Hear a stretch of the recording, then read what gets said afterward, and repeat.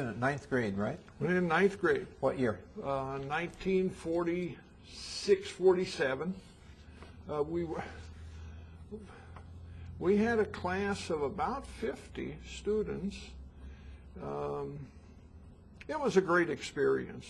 Teachers High was unique in that you had predominantly student teachers. You know, young teachers just learning the profession are so excited about it. And they were flexible. They weren't set in their ways. Their lesson plans weren't dyed in the wool yet. And so it was exciting. And at the same time, if you had a teacher you just couldn't stand, you only had to put up with them for one semester. Some of the time we didn't have student teachers in the specialty, and then we would have the associate professors at the university who guided the student teachers who were on the faculty at Teachers High, who would teach the class. I had most of my language classes were all Mary Mullins, who taught Latin, Spanish, etc. So, you know, those were the advantages. The unique part of Teachers High was it was very diverse.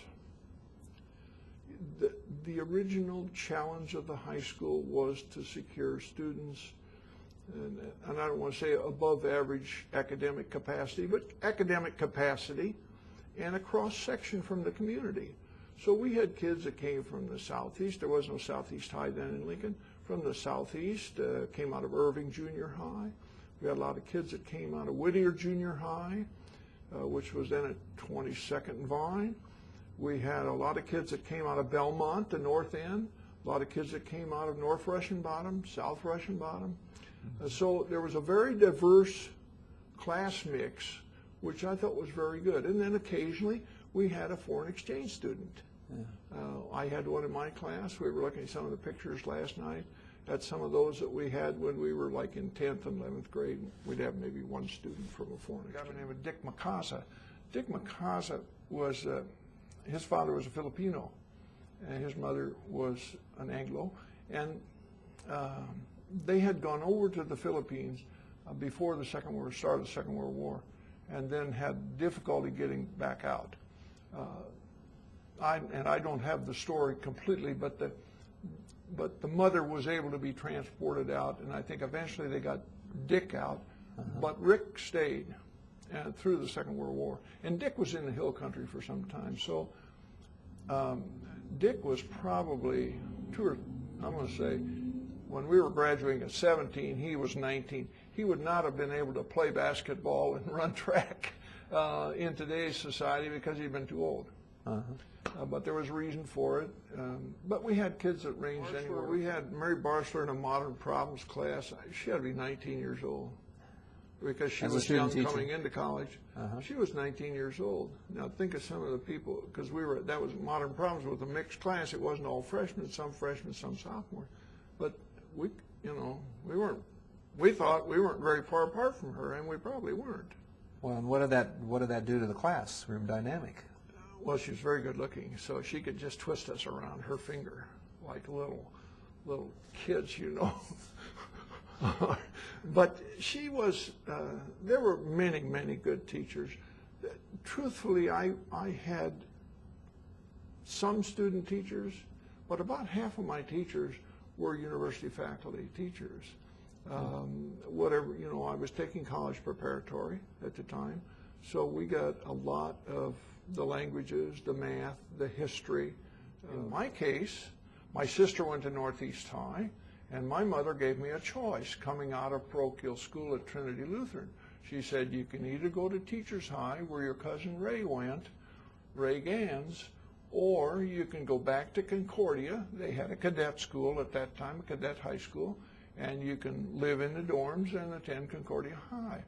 13-year-old kid doesn't want to move away from home and, you know, and not see his parents for a semester at a time. So I chose to attend Teachers High. She felt strongly that some of the schools in the Lincoln system were not as diversified as she'd like to see it. This was a former teacher who was somewhat opinionated. The school was set up to graduate in 3 years. And we're there 4 years. You can imagine what my senior year looked like. All the required subjects were taken. I'd already completed everything by the end of my junior year. Now, I did a lot of other things. I took 2 semesters of typing, and I did some other things that kept me occupied. But for those that were in the upper level, that they felt were in the upper level achievement from a school standpoint, could walk across the hall and take university classes. And that's an opportunity that every kid didn't have. Yeah. We attracted kids from some of the players, the basketball players that I knew later on in the 50s, middle and late 50s, came from little schools like Raymond and Garland, and Ben Meckel. Dr. Ben Meckel came from Milford.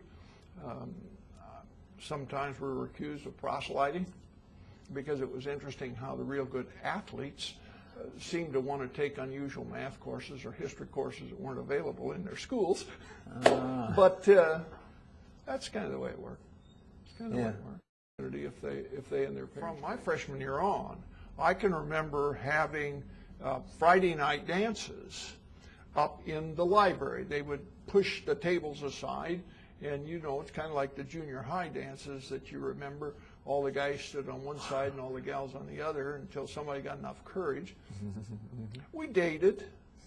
We weren't old enough to drive cars. Usually somebody was old enough to drive a car, or they maybe had a school permit or something, or you could get somebody to take you and bring you back. I lived at 58th and Holdridge, so I'm 5 miles from high school. I did a lot of bus riding. I was 10 blocks from the nearest bus line. In those days, I got up in the morning at 7. At 7:30, I'm down on Holdridge Street like this. Usually by 8 o'clock, I'm in school because a lot of the cars were going downtown to employment. I did an awful lot of hitchhiking and had an hour break for lunch because there was no food facilities on the campus. You went across the street to Uni Drug, or there was another eating place right next to it. I can't remember the name of it. So the student union wasn't there? No. Oh. The front part of the student union was where it is now, just that front old brick part. Right. But none of us would have been able to darken the door of that place. Oh no, we wouldn't have been welcome there. Socially, you mean? Socially, every other way. Okay. We went across the street to Uni Drug, and they both had fountain, loose food, stuff like that, and we'd eat lunch there, or a lot of us brought our lunch along because they used, you could go up in the library and eat your lunch if you were a brown bagger, and good social interchange. I can remember going out as a freshman with some girl who lived on clear down on South 56. I did, when I turned 16, I did get my dad to agree to let me use the car.